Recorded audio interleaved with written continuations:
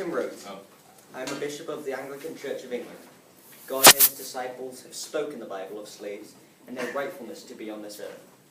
Slavery is a fundamental use of people because they are destined to be slaves, and as it is spoken about in the Bible, it is trustworthy. Being enslaved is not a bad thing, it is a privilege.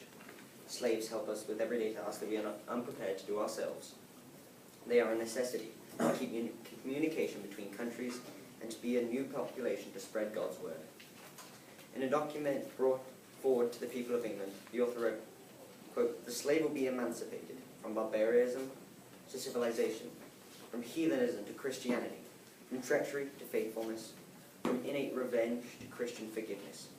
In a word, the slave will be made a spiritual free man."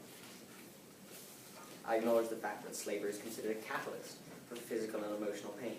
However, the people in charge of these slaves are saving them from their savage homeland, and ways of living for sure these slaves who have been given the opportunity to be under the power of God and his power.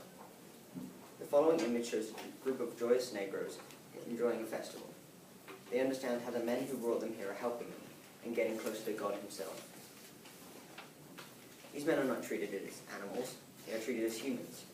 Quote, "We ought to consider whether the Negroes in a well-regulated plantation, under the protection of a kind master, do not enjoy as great, even greater advantages than when under their own despotic governments," claimed Liverpool merchant Michael Renwick Sargent.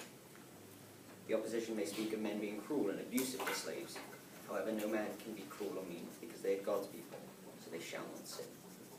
These men and women and children are being helped move from their harsh homeland to here.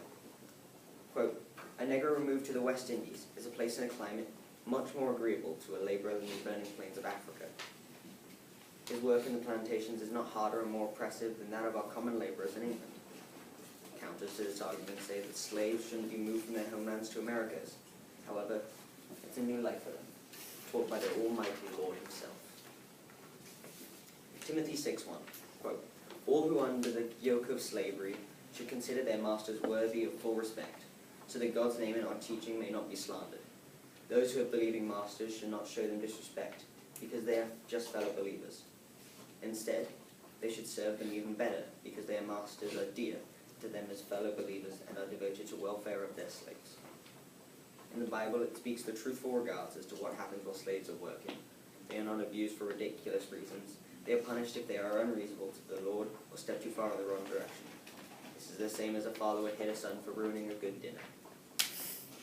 The trade of slaves cannot be stopped, as if it does cease to work, there will be less men under God and less people to help. It is a profitable slave for Europeans, Africans trading to us, and the Africans brought to the Americas by boat. All in all, slave trade is a necessary part of this world, for without it, God's word may cease to spread in the Americas, and trade will begin to crumble.